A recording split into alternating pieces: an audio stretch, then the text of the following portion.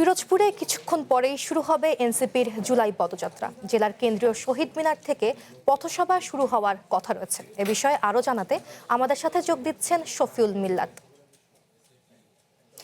মিল্লাত, আপনি তো এই মুহূর্তে পিরোজপুরে রয়েছেন, সেখানে জুলাই পদযাত্রা করবে এনসিপি। আপনি জানাবেন পদযাত্রা কি শুরু হয়েছে কিনা। এছাড়াও জানতে চাই কেন্দ্রীয় নেতাদের মধ্যে সেখানে কে কে উপস্থিত থাকবেন এবং নেতাকর্মীদের ভিড় কেমন দেখছেন। জি সঙ্গীতা, ধন্যবাদ আপনাকে। আজকে কিন্তু পিরোজপুরে জুলাই পদযাত্রা হওয়ার কথা রয়েছে।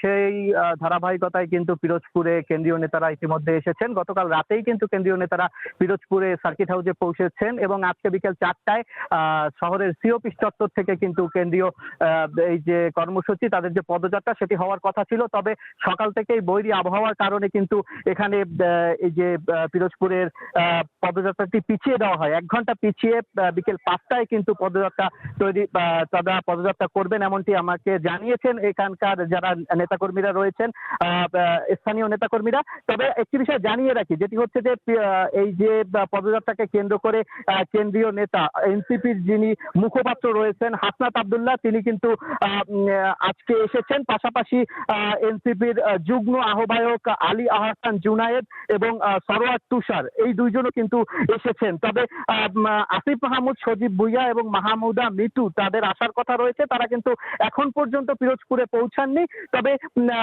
যেমনটি কেন্দ্রীয় স্থানীয় নেতাকর্মীরা বলছেন যে আসলে এই বৈরী আবহাওয়ার কারণে কিন্তু তারা এখন পর্যন্ত পিরোজপুরে পৌঁছাননি। তবে তাদের কিন্তু পিরোজপুরে আসার কথা রয়েছে। আমি আরেকটি বিষয় জানিয়ে রাখি যে এনসিপির নেতাকর্মীরা কিন্তু এখন পর্যন্ত তেমন ভাবে চোখে পড়েনি। 2-1 জন করে নেতাকর্মীরা আসছেন। মূলত সকাল থেকেই বৈরী আবহাওয়ার কারণে কিন্তু এখানে নেতাকর্মীদের উপস্থিতি কিছুটা কম লক্ষ্য করা যাচ্ছে। আরেকটি বিষয়, কিছুক্ষণ আগ পর্যন্ত কিন্তু এখানে বৃষ্টি পড়ছিল, প্রায় মুষলধারায় বৃষ্টি বলা যায়। তবে এখন কিন্তু বৃষ্টি কিছুটা কমেছে। আমি আবহাওয়া কর্তৃপক্ষের সঙ্গে কথা বলেছিলাম। আবহাওয়া অফিস থেকে যেটা বলেছে যে আসলে বিকেল 5টার পর থেকে আবহাওয়া কিছুটা স্বাভাবিক হওয়ার কথা রয়েছে এবং ঠিক তাই, আসলে 5টার পর থেকে কিন্তু আবহাওয়া কিছুটা আমরা স্বাভাবিক দেখছি।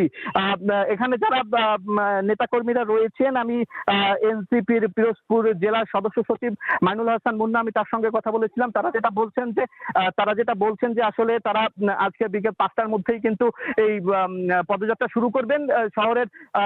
শহরের সি অফিস চত্বর থেকে পদযাত্রা শুরু হয়ে পদযাত্রাটি কিন্তু পিরোজপুরের কেন্দ্রীয় শহীদ মিনারে এসে একটি পথসভা হওয়ার কথা রয়েছে এবং এখানে কিন্তু আইন শৃঙ্খলা বাহিনীরও যথেষ্ট উপস্থিতি আমরা দেখছি। তো সব মিলিয়ে নেতাকর্মীরা যেটা বলছেন যে তাদের সব ধরনের প্রস্তুতি আছে পদযাত্রা নিয়ে এবং যারা নেতাকর্মী আছেন তারাও এখানে সঠিক সময় উপস্থিত হবেন বলে আশা করছেন স্থানীয় নেতাকর্মীরা।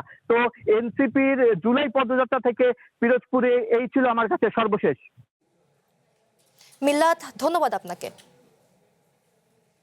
পিরোজপুরের এনসিপির জুলাই পদযাত্রার সবশেষ তথ্য জানাচ্ছিলেন আমাদের সহকর্মী শফিউল মিল্লাত।